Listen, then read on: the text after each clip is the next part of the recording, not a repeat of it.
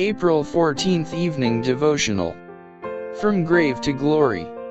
I besought the Lord at that time, saying, I pray thee, let me go over, and see the good land that is beyond Jordan, that goodly mountain, and Lebanon. But the Lord was wroth with me for your sakes, and would not hear me, and the Lord said unto me, Let it suffice thee, speak no more unto me of this matter. Deuteronomy chapter 3 verse 23 to 26. Never, till exemplified in the sacrifice of Christ, were the justice and the love of God more strikingly displayed than in his dealings with Moses. God shut Moses out of Canaan, to teach a lesson which should never be forgotten, that he requires exact obedience, and that men are to beware of taking to themselves the glory which is due to their Maker. He could not grant the prayer of Moses that he might share the inheritance of Israel, but he did not forget or forsake his servant.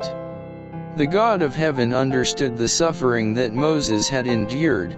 He had noted every act of faithful service through those long years of conflict and trial. On the top of Pisgah, God called Moses to an inheritance infinitely more glorious than the earthly Canaan. Upon the Mount of Transfiguration Moses was present with Elijah, who had been translated. They were sent as bearers of light and glory from the Father to his Son. And thus the prayer of Moses, uttered so many centuries before, was at last fulfilled. He stood upon the goodly mountain, within the heritage of his people. Moses was a type of Christ.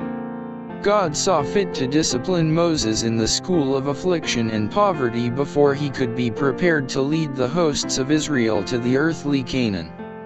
The Israel of God, journeying to the heavenly Canaan, have a captain who needed no human teaching to prepare him for his mission as a divine leader, yet he was made perfect through sufferings, and, in that he himself hath suffered being tempted, he is able to succor them that are tempted.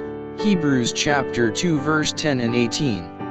Our Redeemer manifested no human weakness or imperfection, yet he died to obtain for us an entrance into the promised land. And Moses verily was faithful in all his house as a servant, but Christ as a son over his own house, whose house we are, if we hold fast the confidence and the rejoicing of the hope firm unto the end.